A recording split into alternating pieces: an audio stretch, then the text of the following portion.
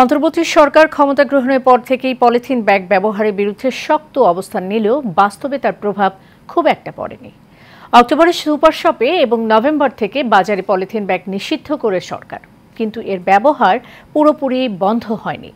প্রতিদিন শুধু ঢাকা শহরে 4.5 কোটি পলিথিন ব্যাগ বর্জ্য হিসেবে ফেলা হয়। প্রশাসনের দাবি, পলিথিনের উৎপাদন বন্ধে মোবাইল কোর্ট চলমান রয়েছে। ওয়ালিদ সিদ্দিকের রিপোর্ট। 2002 সালে আইন করে পলিথিন শপিং ব্যাগের ওপর উৎপাদন, ব্যবহার, বিপণন ও বাজারজাতকরণের ওপর নিষেধাজ্ঞা জারি করে সরকার।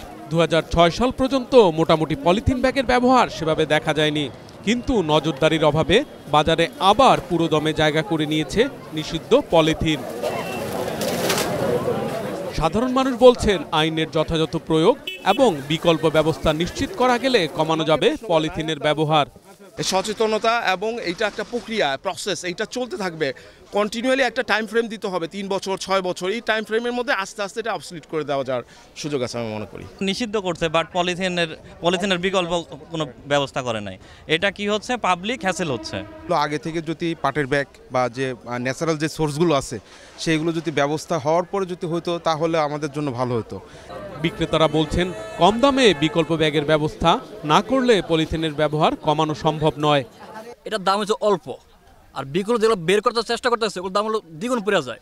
পাবলিক তো নেবে না, ঘুরে ঘুরে পাবলিক এটা পুরোই ছড়ে। পরিবেশ মন্ত্রণালয়ের গঠিত পলিথিন মনিটরিং টিমের আহ্বায়ক অতিরিক্ত সচিব তপন কুমার বিশ্বাস বলেন, উৎপাদন বন্ধে মোবাইল কোর্ট কাজ করছে। এরই মধ্যে সুপার শপগুলো পলিথিনের বিকল্প ব্যাগ ব্যবহার করছে বলেও দাবি করেন তিনি।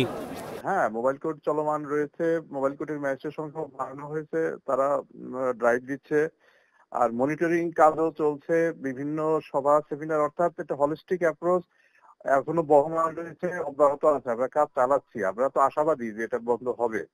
প্রায় 2 যুগ ধরে পলিথিনের ওপর নিষেধাজ্ঞা রয়েছে, কিন্তু পরিবেশ বান্ধব সহজলভ্য বিকল্প তৈরি করা যায়নি।